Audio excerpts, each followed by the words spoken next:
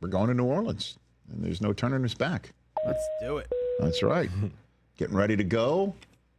Meet you guys, 2+ hours before takeoff for little lounge time? Like little lounge time? 4:30 maybe, something like that? Yeah, sure. So since I already started crashing out, I realized the reason I did start crashing out this morning. I'm not looking forward to this flight because somehow I got stuck in a middle seat. So I'm already sorry. I'm already This guy, when he booked that. his ticket, forgot to select his seat and realized it like a few days ago. Oh, my God. So I think that's why I'm crashing out right now. Yeah, nobody's flying to New Orleans this week either. No. We got a top five. Top five moments that got the Eagles and Chiefs to New Orleans, presented by Hyundai. Hit it. High five. 1, 2, 3, 4, 5. Rich's top 5. You know, if this was like a 6 seed or a 7 seed versus a 6 seed versus a 5 seed, you'd be able to pick out one moment where things turned. But both of these teams have had such tremendous seasons, it's tough to just choose one moment in time. So I think you're going to get some of the gist here. Number 5 on the top 5 moments that got the Eagles and Chiefs to New Orleans, Nick Sirianni's smart hires. When he's like, okay, Kellen Moore, we need you. Okay, Vic Fangio, we need you. And I need to step in a certain direction, so you guys take the direction. I mean, that was last year's narrative, and I think it was kind of spot on that the coordinators that they chose to replace the ones that left. And by the way, Nick Sirianni is going to have to choose another offensive coordinator because I believe Kellen Moore's bags are going to stay in New Orleans to be the next Saints head coach. We'll see who he chooses there, but these hires were tremendous. And that moment has led to this moment for the Eagles. Number 4 on the list. I'm going to go with this moment because there's a lot of the moments where the Chiefs were dubbed lucky. I'm going to go with this one, and obviously it was residue of a design of rushing a field goal kicker set up to nail a 35-yarder to hand the Chiefs their first loss of the season in Arrowhead in Week 10, the blocked field goal against Denver in Arrowhead. I'm choosing this moment because had the Broncos split the uprights with an easy-to-make 35-yard field goal, it would have given the Chiefs their first loss of the season heading into Buffalo.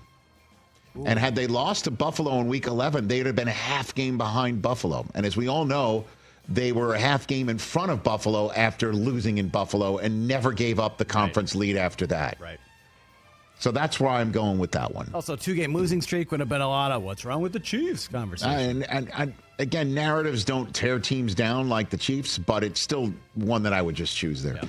Number 3, choose any of Saquon's 12 runs in which he was tackled at the 1-yard line.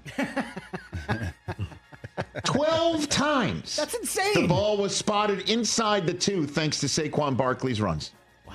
And it led to 7 Jalen Hurts tush-push touchdowns, 2 field goals, 2 Saquon touchdowns, and 1 Jalen Hurts touchdown pass. 12 times. Wow. Number 2 on the list, I'm choosing this from the AFC Championship game, the 4th and 5.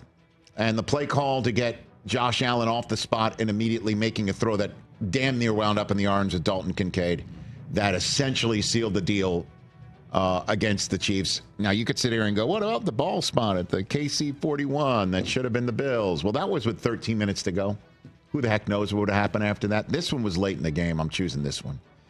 And the number 1 moment that got the Eagles and Chiefs to New Orleans, number 1 is choose any of Saquon's 7 60 or more yard long touchdown runs.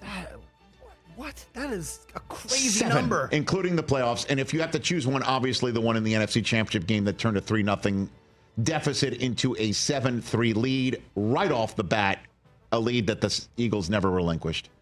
The ones against the Rams? You could choose any of them. There were 4 against the Rams, 2 in the regular season, 2 in the playoffs. The first game. And I'll give you one more. All right, we'll get one more. The first 2 draft nights in Detroit. Where Xavier Worthy, the Chiefs traded up to go get him, and then the Eagles had already taken Quinyon Mitchell. And then on the second night, when they traded up from 50 to 40 to take Cooper DeJean, and guess who might be covering Xavier Worthy in the Super Bowl? Or guess who Xavier Worthy might be trying to torch in the Super Bowl? Catch the Rich Eisen Show every single day on the Roku channel, 12 to 3 Eastern, for free.